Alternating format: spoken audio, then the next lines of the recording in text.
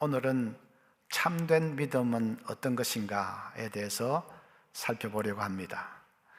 우리를 구원으로 인도하는 참 믿음은 어떤 성격의 것인가 하는 것을 살펴보겠습니다. 9절을 보면 내가 만일 내 입으로 예수를 주로 시인하며 또 하나님께서 그를 죽은 자 가운데서 살리신 것을 내 마음에 믿으면 구원을 받으리라. 예수님이 죽었다가 다시 사신 것을 마음에 믿고 그 예수님이 내 주가 되는 것을 입으로 시인할 때 구원에 이를 수 있다라고 말씀합니다. 10절은 그것을 요약을 해서 이렇게 말합니다. 사람이 마음으로 믿어 의에 이르고 입으로 시인하여 구원에 이르느니라. 마음으로 믿고 입으로 시인하는 것이 우리를 구원에 이르게 하는 믿음이라고 말씀합니다. 여러분 잘 기억을 하십시오. 우리를 구원으로 인도하는 참 믿음은 두 가지인데, 두 가지 요소가 있는데 마음으로는 믿고 입으로는 시인하는 것입니다. 마음으로 믿는다는 것이 뭔지에 대해서는 우리가 이미 로마서 4장 강의할 때에 배웠습니다. 마음은 인격의 좌소지요. 그래서 마음으로 믿는다는 것은 내 전 인격을 다 기울여서 믿는 것을 말합니다. 단순히 예수님이 구주가 되신다는 것을 지적으로 고개를 끄덕끄덕하면서 찬동하는 것에 그치면 안 됩니다. 전 인격을 다 기울여서 믿어야 합니다. 다른 말로 하면 나 자신을 완전히 주님께 던져서 맡길 수 있어야 합니다. 그러면 입으로 시인한다는 것은 또 무슨 뜻일까요? 그것은 행동으로 나타내야 한다는 뜻입니다. 마음으로 믿은 것을 행동으로 나타낼 수 있어야 한다.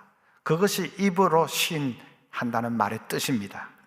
행동으로 나타내는 것이 중요합니다.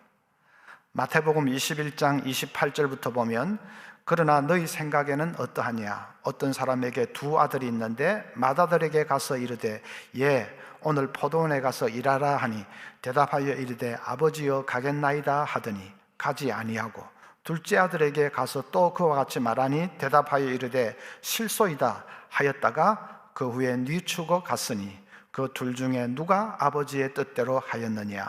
이르되 둘째 아들이니이다.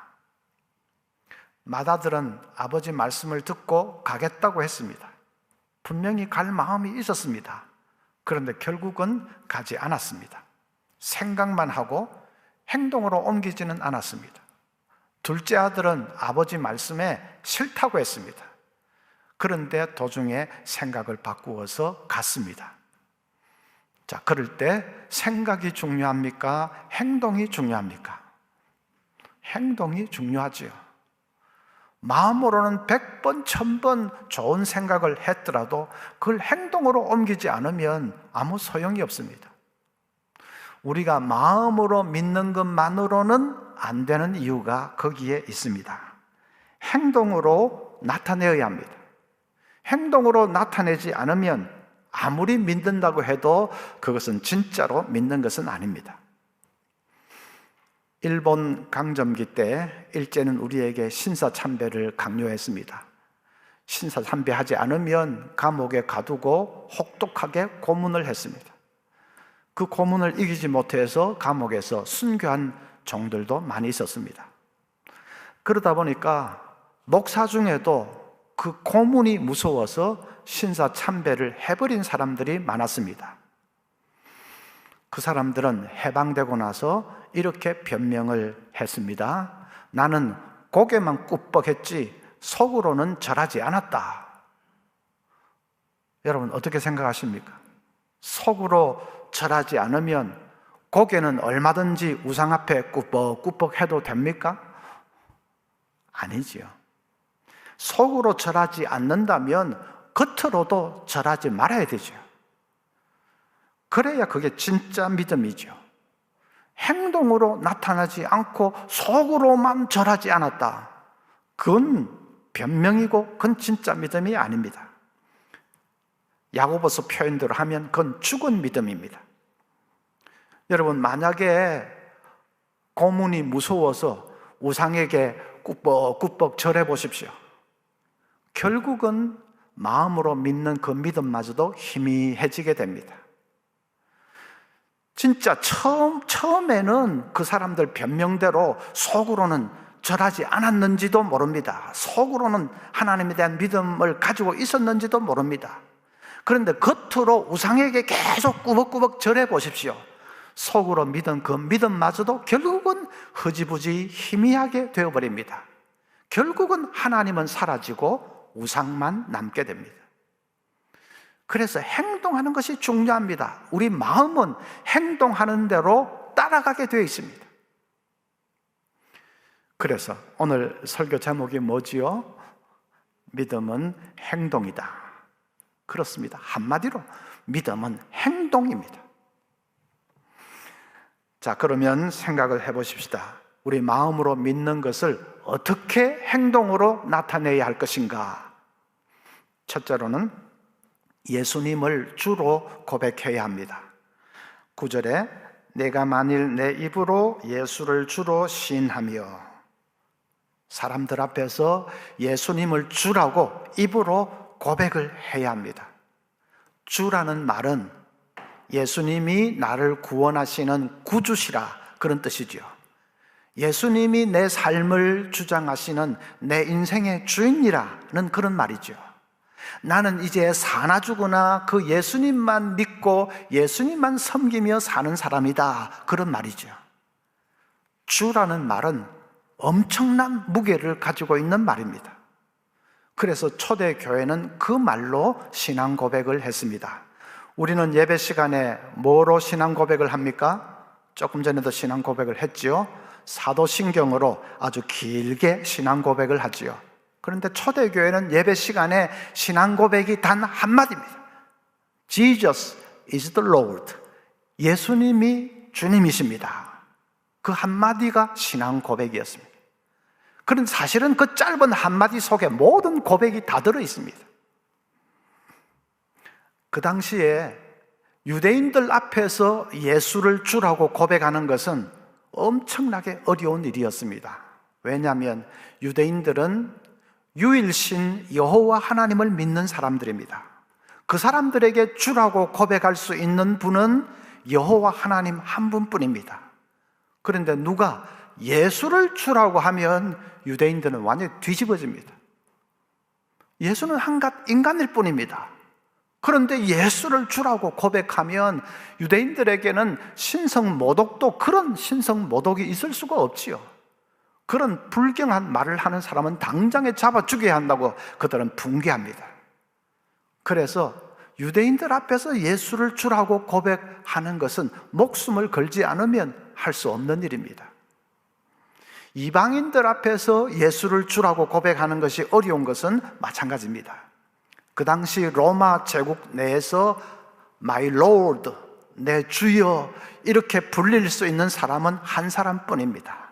시저지요, 로마 황제지요. 황제가 백성들에게 부와 평안과 번영을 안겨다 주는 주님입니다. 그런데 예수를 주라고 고백하면 그건 당장의 반역자가 되는 거죠. 대역 죄인이 되는 겁니다. 그래서 유대인이든지 이방인이든지 그들 앞에서 예수를 주라고 고백하기 위해서는 목숨을 걸지 않으면 할 수 없는 일입니다. 그런데도 오늘 말씀 보니까 입으로 그걸 고백할 수 있어야 된다고 말씀합니다. 왜입니까?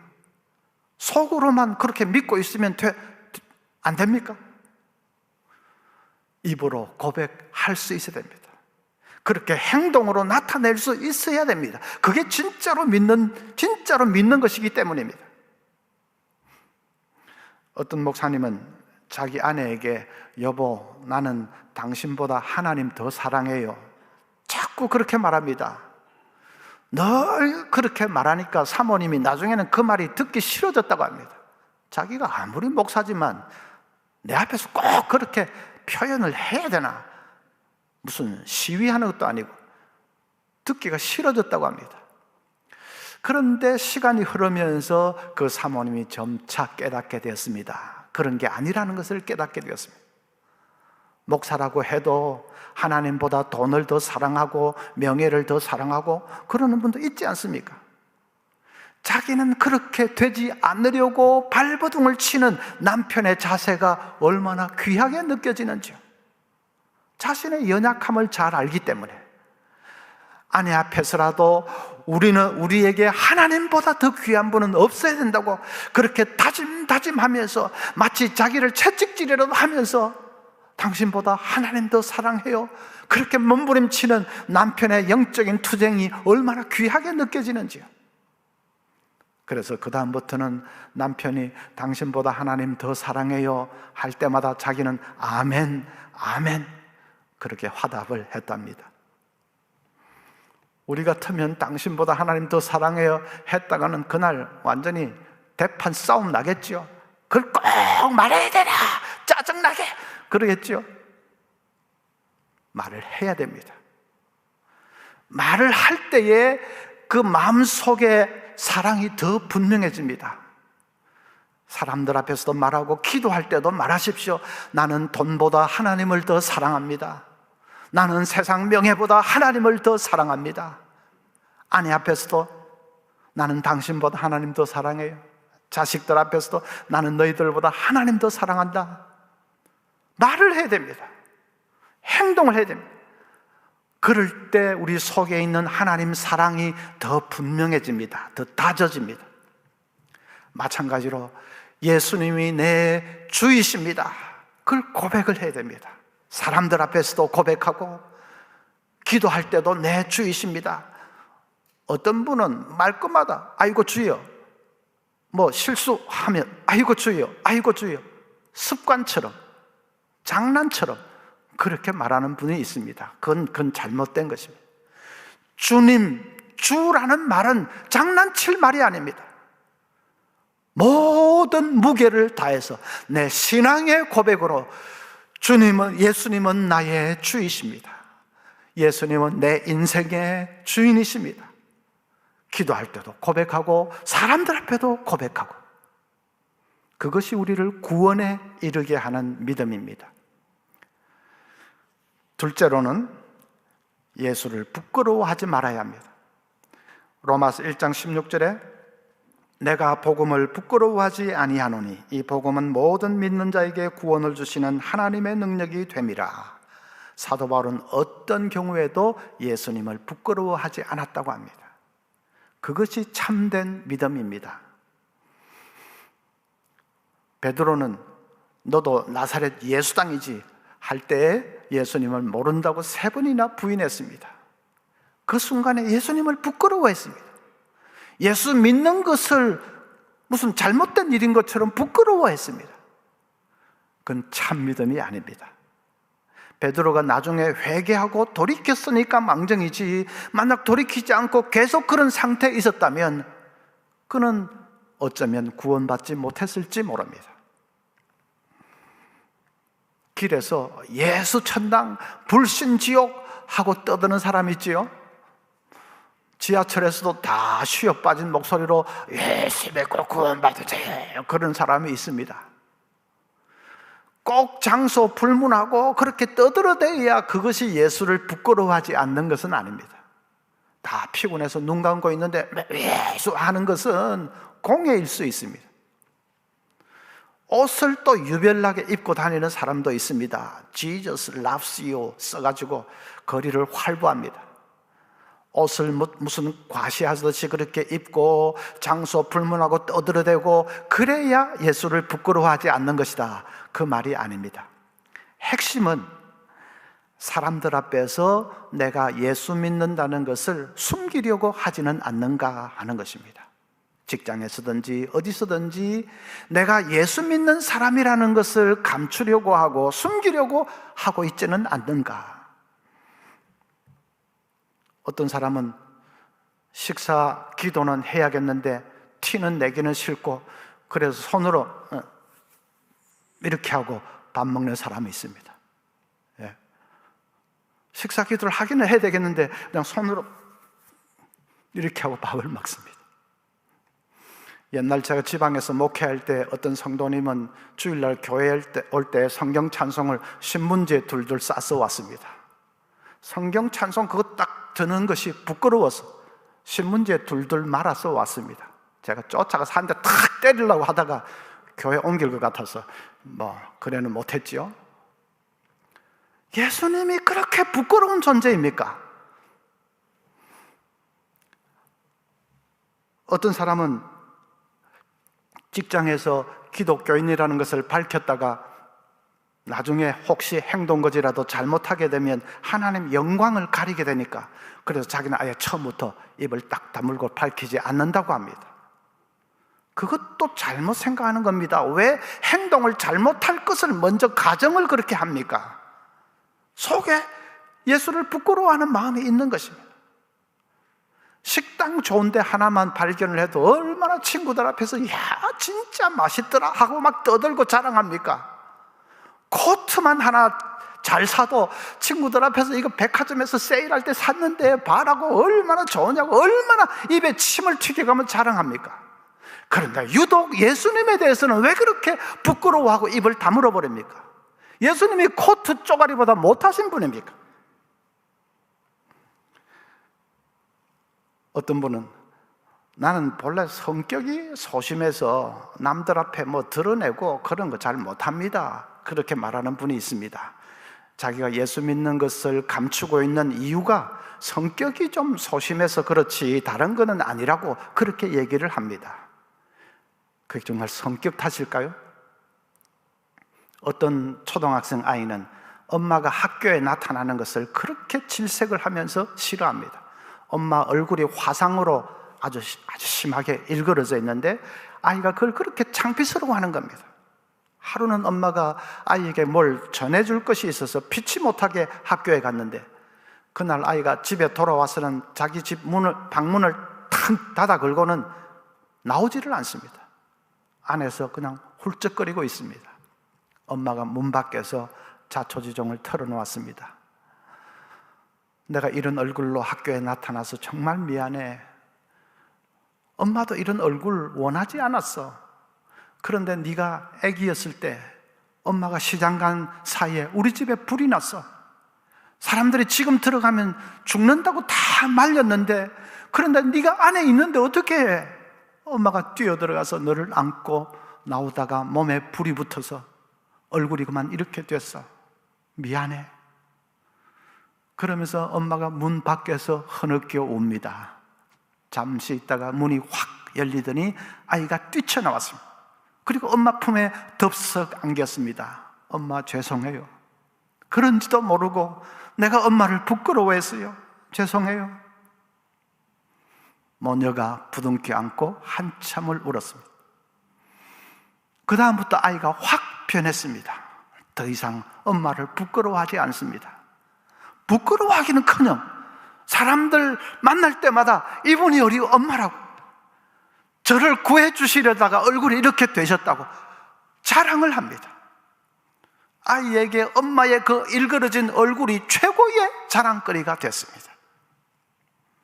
여러분, 아이가 그렇게 갑자기 변한 거, 그 성격이 확 갑자기 변해서 그렇습니까? 처음에는 소심한 성격이다가 성격이 갑자기 대담하게 변해서 그렇게 됐습니까? 아니지요. 그건 성격 문제가 아니라 자기 존재의 문제입니다. 엄마를 부끄러워하는 것은 자기 존재를 부정하는 것입니다. 엄마가 없었다면 자기는 살아있지도 못한데 이 엄마를 부끄러워하는 것은 자기 존재를 부정하는 것이지요.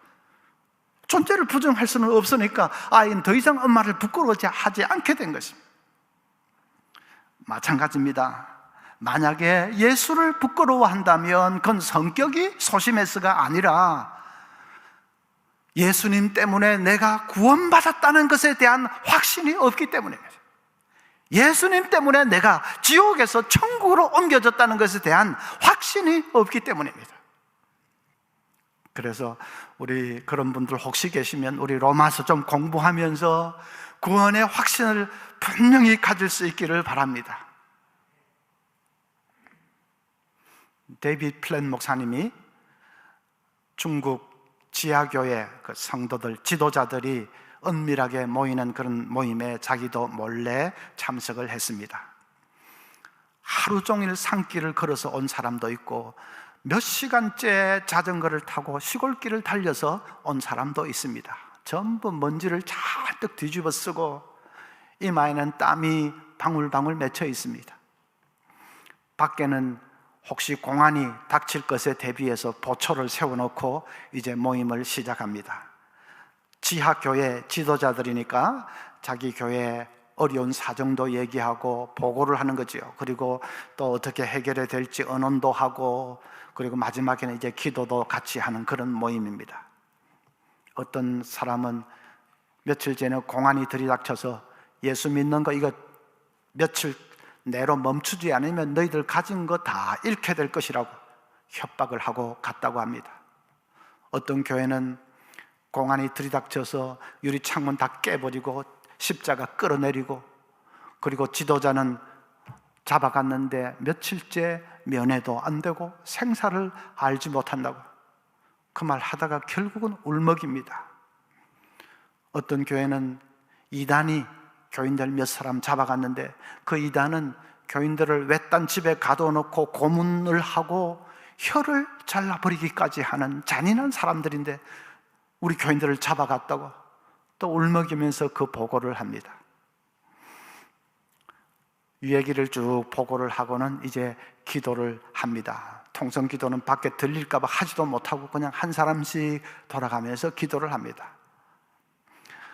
우리 붙들려간 형제가 감옥을 잘 견딜 수 있도록 해달라고 기도하기도 하고, 어떤 사람은 우리 지도자 붙잡혀간 그 사람 남은 가족들을, 아이들을 어떻게 해야 되는지 하나님 그 가족들을 지켜달라고 눈물을 흘리면서 기도를 합니다.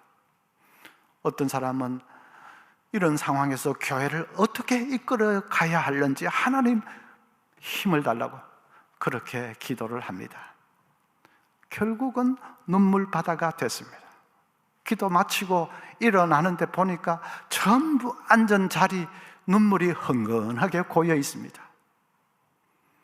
마지막 일어서서 찬송을 부르는데 내 구주 예수를 더욱 사랑, 그 찬송을 부릅니다.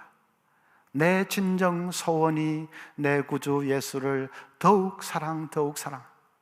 찬송을 하면서 눈물을 쏟습니다. 그렇게 두들겨 맞으면서도 주님을 사랑합니다 찬송하는 것입니다. 우리같이 보잘것없는 것들 뭘 보시고 주님을 위해서 고난받게 해주시는지 감사합니다, 감사합니다, 사랑합니다, 줄줄이 눈물을 쏟으면서 찬송을 하는 것입니다. 데이비드 플랜 목사님이 진짜 기도회를 하면서 그렇게 뜨겁게 은혜를 체험한 것은 자기 난생 처음이라고 했습니다. 여러분, 그 사람들은 왜 그렇게 고난을 자초합니까? 그 박해가 심한데 그냥 예수 안 믿는 척하고 좀 조용히 있다가 박해가 끝나고 나면 그때 교회 가면 될 거 아닙니까? 그런데 왜 그렇게 고난을 자초합니까? 참 믿음이기 때문이죠. 참된 믿음은 행동으로 나타나지 않을 수가 없기 때문이죠. 그 사람들은 아는 것입니다. 만약에 박해가 있는 동안에는 조용히 예수 안 믿는 척하고 이렇게 숨어 있으면 어떻게 될까요? 결국은 예수 안 믿게 됩니다. 예수 안 믿는 척하고 조용히 있으면 그 행동하는 대로 마음도 따라가게 됩니다. 결국은 예수를 안 믿게 됩니다. 우상 앞에 꾸벅꾸벅 절하면서 속으로는 절하지 않았다 해도 계속 절하면 속에 있는 믿음도 희미해져서 결국은 하나님 사라지고 우상만 남게 되듯이 마찬가지입니다. 밖에 끝나고 나면 그러면 그때 가서 교회 가지 하면, 그래서 숨어 있으면 결국은 예수를 안 믿게 됩니다. 우리 마음은 행동하는 대로 따라가게 되어 있습니다. 그래서 행동이 중요한 것이죠. 한번 자기 자신을 좀 진지하게 돌아보시기를 바랍니다. 나는 예수를 부끄러워하고 있지는 않는가? 나는 밖에 나가서 예수 믿는다는 것을 숨기려고 하고 있지는 않는가? 그렇게 되면 안타까운 것은 믿음이 무기력해집니다. 힘이 없습니다. 무기력해집니다. 기도도 제대로 할 수가 없게 됩니다.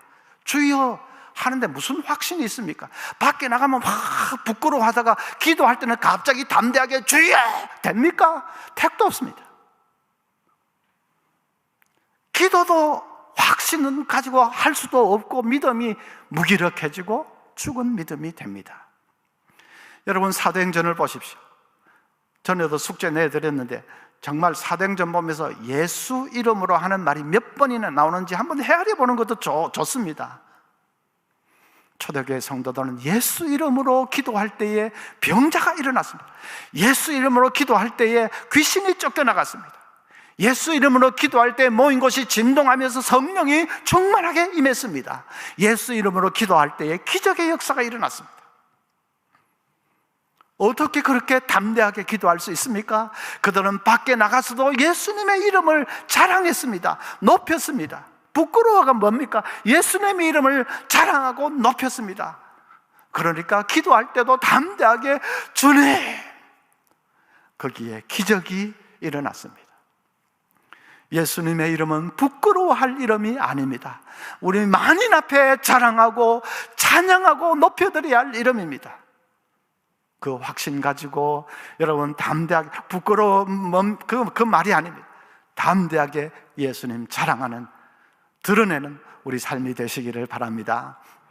그리고 세 번째로는 예수 안에서 참된 기쁨을 누려야 됩니다. 로마서 8장 강의할 때에 이 세상 어떤 것도 하나님의 사랑에서 우리를 끊을 수 있는 것은 없다고 했습니다. 박해나 기근이나 적신이나 위험이나 칼이나 어떤 것도 하나님의 사랑에서 우리를 끊을 수는 없다고 했습니다. 믿으시지요? 죽음마저도 하나님의 사랑에서 우리를 끊을 수 없다고 했습니다. 죽음은 우리를 천국으로 데려다주는 하나님이 보내신 황금마차일 뿐입니다. 그래서 죽음마저도 우리를 하나님의 사랑에서 끊을 수 없습니다. 그래서 죽음마저 두려워하지 않게 되면, 그러면 이 세상에 어떤 것도 두려워할 필요가 없다고 했습니다. 여러분 믿으시죠? 그 좋으신 그 사랑의 하나님 바라볼 때 우리에게 기쁨이 있습니다. 감사가 있습니다. 그러면 그것을 밖으로 표현을 하십시오. 행동으로 옮겨야 됩니다. 마음에 믿는 바를 행동으로 자꾸 나타내야 됩니다. 어떻게 행동으로 표현할 수 있습니까? 찬송으로. 데살로니가전서 5장 16절에도 항상 기뻐하라 말했습니다. 명령형으로 말했습니다. 그건 마음속에 있는 기쁨을 행동으로 표현하라 하는 뜻이죠. 찬송으로 표현할 수 있습니다. 제 친구 목사님은 한창 목회를 하다가 그만 탈진으로 쓰러졌습니다. 목회에 대한 그 중압감이 계속 쌓이다가 결국은 감당을 못하고 탈진이 왔습니다. 밤에 통 잠을 주무시지 못하고 먹어도 전혀 소화도 안 되고 온몸에 기력이 하나도 없습니다. 설교도 잘하고 인품도 훌륭하고 그래서 성공적으로 목회 잘 하시던 분인데 건강이 따라주지 않으니까 어떻게 해볼 도리가 없습니다. 목사님이 결국은 교회를 사임을 했습니다. 그리고 서울 근교에 조그마한 집을 하나 얻어서 사모님과 같이 지내면서 요양을 합니다. 처음에는 스트레스를 벗어버리니까 진짜 살 것 같더랍니다. 그런데 시간이 점점 지나면서 자기 자신이 비참해졌습니다. 내가 폐인이 되어서 인생을 끝내는가 생각하니까 너무 허무하고 비참해졌습니다. 그런 그를 사모님이 기분 전환이라도 할 겸 매일 밖으로 끌어내가지고 동네 산을 오릅니다. 그런데 그때마다 사모님은 찬송가 가사를 적어와서 찬송을 부릅니다. 목사님이 처음에는 아내가 찬송 부르는 것도 싫더랍니다. 자기가 영적으로 다운이 되어 있으니까 찬송도 막 싫은데 목사가 찬송 부르지 말라고 할 수는 없고, 그래서 그냥 묵묵히 듣습니다. 그런데 시간이 점점 가면서 그 찬송이 서서히 가슴을 파고들었습니다. 한 번은 사모님이 찬송하는데 나의 갈 길 다가도록 예수 인도하시니 그 찬송을 부릅니다. 그런데 2절에 내 주 안에 있는 긍휼 어찌 의심하리요. 그 찬송을 부르는데 목사님 가슴을 쳤습니다. 내 주 안에 있는 긍휼 어찌 의심하리요. 그래, 세상 모든 것은 의심해도 주님의 긍휼만은 의심할 수 없지. 불현듯이 그 생각이 듭니다. 나는 실패자지만 주님의 긍휼은 변함이 없어. 내가 어떤 비참한 모습으로 있어도 주님은 긍휼의 손으로 나를 붙들어 주실 거야. 그 확신이 물밀듯이 밀려 들어왔습니다.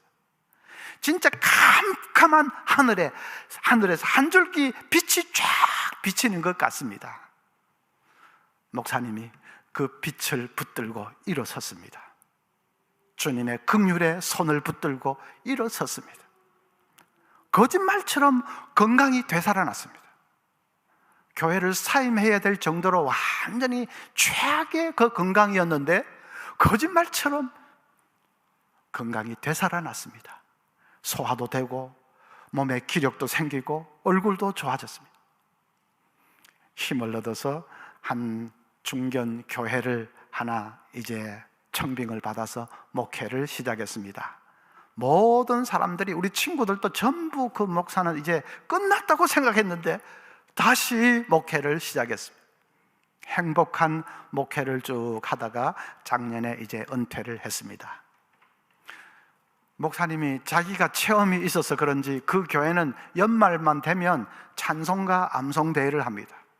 우리는 성경 암송대회를 하는데 그 교회는 찬송가 가사를 4절까지 다, 한 장만 아니고 뭐 수십 장, 4절까지 다 암송을 해서 그 찬송가 암송대회를 합니다. 그것도 참 은혜스럽겠다, 그런 생각이 듭니다. 여러분, 찬송이 사람을 살려냅니다. 찬송이 변화시킵니다. 낙심과 좌절에 빠져있는 사람을 찬송이 살려냅니다. 찬송하는 것은 행동하는 거 아닙니까? 마음에만 담아주지 않고 행동으로 나타내는 것 아닙니까? 행동이 능력이 있습니다. 믿음은 행동이라니까요. 여러분, 예수가 주님이신 거 입술로 고백하십시오. 기도할 때든지 사람들 앞에든지 내 인생의 주인이십니다 고백하십시오. 언제 어떤 경우에도 예수님을 부끄러워하지 마십시오. 오히려 찬송하고 높이십시오. 그리고 마음의 기쁨과 감사를 찬양으로 이렇게 자꾸 표현을 하십시오. 그럴 때 그것이 강력한 믿음이 됩니다. 그 믿음으로 세상을 이기고 나를 이기는 우리 성문교회 모든 가족들 강력한 믿음의 소유자들 다 되시기를 바랍니다.